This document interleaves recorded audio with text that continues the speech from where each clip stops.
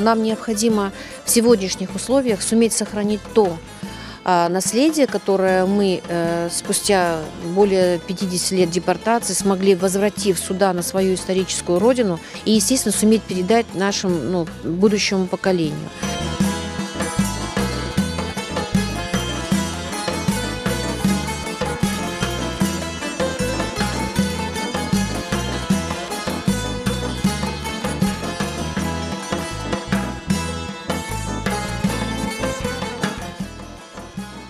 Одно из направлений общественной организации «Истихбаль» – это возрождение крымско-татарских традиций, которые были в силу трагических моментов истории крымско-татарского народа были частично утрачены.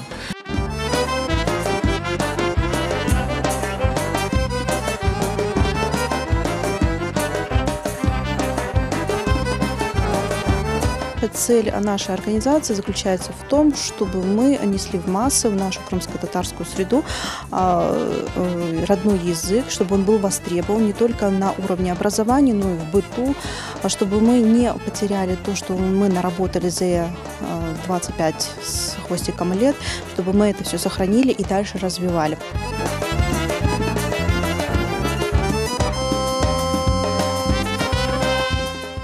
Очень часто мы сталкивались с проблемами, когда родители не знали о том, что можно организовать класс с обучением либо изучением родного языка крымско-татарского.